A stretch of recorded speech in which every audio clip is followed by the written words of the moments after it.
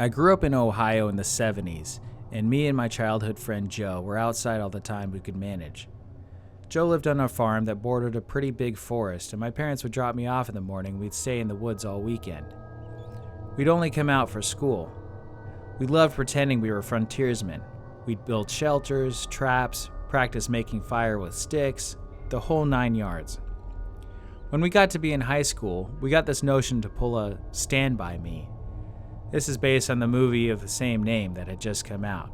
The idea was we'd walk the railroad tracks out into the country. But instead of looking for a dead body, we'd find cool bridges to fish from and camp a little ways off the tracks. Of course, we knew this was dangerous, and we'd likely be trespassing, but we were kids. We had a lot of fun. We found beautiful rivers, we discovered bridges that no one went to, we fished, we hid from trains. At night, we camped in woods just near the tracks and made small hidden fires. Nothing bad ever happened. It was idyllic. In fact, it was so fun we did it multiple times and never had a single problem. After high school, me and Joe went our own ways. We both left home, but always stayed in touch and always tried to coordinate visits so we'd see each other occasionally. Well, one summer in the mid-90s, it worked out that we were both in town for about a week. We'd do stuff with family in the day, and at night we'd either catch drinks at a bar or sit outside Joe's house around a fire and talk about the old days. One night, me and Joe got to talking about our old Stand By Me trips. Well, nostalgia and beer are a hell of a mix.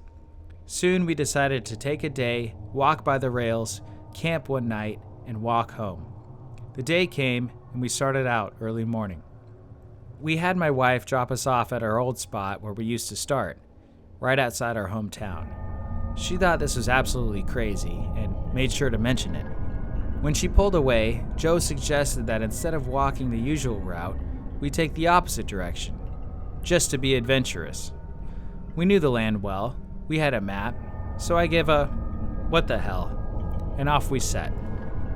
The day went fine. It was fun and a little sad, but in a good way. We found a bridge and sat on the edge, smoked a joint, and moved on. We had no fishing gear, but we brought some canned food and some other stuff. Before night started to set in, we picked a spot to camp. It was a thick forested area, trees on every side of the train tracks, so you felt like you were in a tunnel. We had brought small hammocks to sleep on, but before we set them up, we decided to do a little scouting of the perimeter. Now, this is what we used to do in the old days, too. We'd walk the area around a little bit to make sure some dude's house wasn't just over the hill and we were actually camping in their yard. We walked maybe 100 or so feet into the woods and up to a small incline. We figured if we didn't see anything from the top of this short hill, we'd be fine. But when we got to the top, we saw an old building down at the bottom, about 100 yards into the woods. It was barely visible. We pondered over what to do. We both assumed it was a sugar shack or something, because there didn't appear to be a clear road into it. But where we were, there didn't look to be anyone in it either. All was quiet. No movement could be seen. No lights. We decided to walk a little closer just to make sure. We came down the hill very slowly, and as we neared the building, we saw that it wasn't a sugar shack at all. It was an old church. It looked like it had been abandoned for years. It was a squat, sagging building whose wooden planks were almost black from years of moss and rot. A cross still stood on top of the place, also weathered black. None of the windows had glass, and there were no doors, just open doorways. We got close enough to see inside. There were rows of pews and a built-up section in front for our preacher to stand. We didn't go all the way in. We didn't want to. Beyond all that, there was no sign of anyone else. No footprints, no paths, no road. It was an abandoned church. We left immediately, went back up the hill to our spot that we had picked for camp. Having a hill between us and the church made us feel better, but we were still a little uneasy. We chalked it up to the natural creepiness seeing a church in the middle of the woods would normally elicit.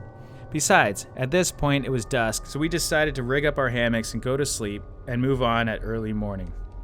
Night set in, and as we lay in our hammocks and shot the shit, we began to hear something in the direction of the church. Our conversation about it went a little like this. Do you hear that? What the fuck is that? It sounds like people singing. And it did sound just like singing. We both slid right out of our hammocks and hunkered down, straining to hear more. We listened for a minute or two, and the singing continued, but it wasn't getting louder. Finally, we decided to creep back up the hill and see if we could spy where the sound was coming from. We could still move very quietly in the woods from the old days. It was second nature to us. The moon was barely out, but it provided enough light so you wouldn't walk right into a tree. But it was near pitch black. We didn't use flashlights as we crept slowly up the hill, and we didn't talk. When we got to the top, we saw light in the distance. It was coming from the church, and the singing was coming from inside. Joe and I put our heads close together and had hushed conversation that boiled down to, "Can you believe this shit?" The light looked to be candlelight from the way it flickered. Although we tried, we couldn't make out what was being sung. It sounded like church music, but in another language. We sat and watched for a while, trying to see who was in there, but we only saw occasional shadows. We had no intention of getting closer. We had about a football field length between us, and we aimed to keep it that way. The singing continued for a bit, and then it stopped. After that, a booming male voice began to chant. I was already freaked out, but this voice thoroughly scared the shit out of me. It sounded like some Old Testament preacher you see in movies, but again, it was like he was speaking in a different language because we couldn't understand a single word. Eventually, it got to where the single male voice would say something, and then a bunch of voices would answer in song. This lasted for a while, then they all broke into this long, sustained wail that just kept getting louder. It got so loud and so disturbing that I covered my ears. And then it stopped. At this point, I was just getting ready to say, "Let's get the fuck out of here," when Joe put a hand on my shoulder and hissed, "They're coming out." We were far enough away that we couldn't make them out really well, but what we could see was a line of figures walk out the open doorway, all holding hands in a single file. We could see some of them had flashlights. They began to sing again, and the light from the flashlights began to move towards us and the hill. We booked it back to our campsite, grabbed our shit, and ran to the tracks. Once there, we ran down the tracks in the direction we had come from. After a few minutes, we stopped and looked back. We saw lights coming down the hill. They were moving erratically, like whoever was holding them was shaking them. We continued to run in spurts and walk as fast as we could. We eventually stopped seeing the lights and came to a road. By our map, we knew a small town was about 15 minutes down it, and we walked there, got to a 24-hour gas station, and called my wife to come get us. My wife and all other friends just thought it was kids messing around, but I heard those voices, and they sure as hell didn't sound like kids to me. Not sure who those people were, but it was definitely the creepiest thing that ever happened to me. What'd you think of the story? Leave that in the comments below. Remember to like and subscribe.